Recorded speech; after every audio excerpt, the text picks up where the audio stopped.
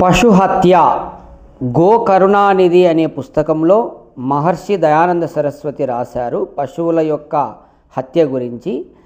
గోవు మొదలైన పశువుల యొక్క నాశనం వలన రాజు మరియు ప్రజలకు కూడా నాశనం కలుగుతుంది.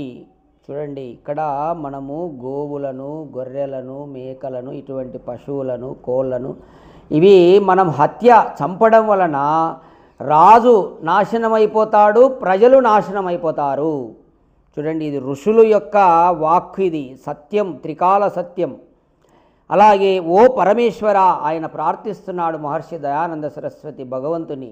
ఓ పరమేశ్వర, ఏ విధమైన అపరాధము చేయకపోయినా చంపబడుతుండే ఈ పశువుల మీద నీకు ఎందుకు దయచూపవు? అవి ఒక్క అపరాధమైనా నీకు చేశాయా? ఎక్కడే కానీ ఆ పశువులు ఎవ్వరికీ అపకారం చేయవు.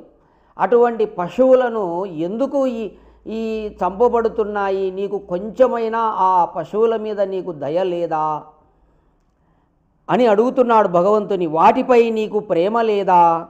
వీని కొరకు నీ న్యాయసభ ఆగిపోయిందా ఏమి అని ప్రశ్నిస్తున్నాడు భగవంతుని.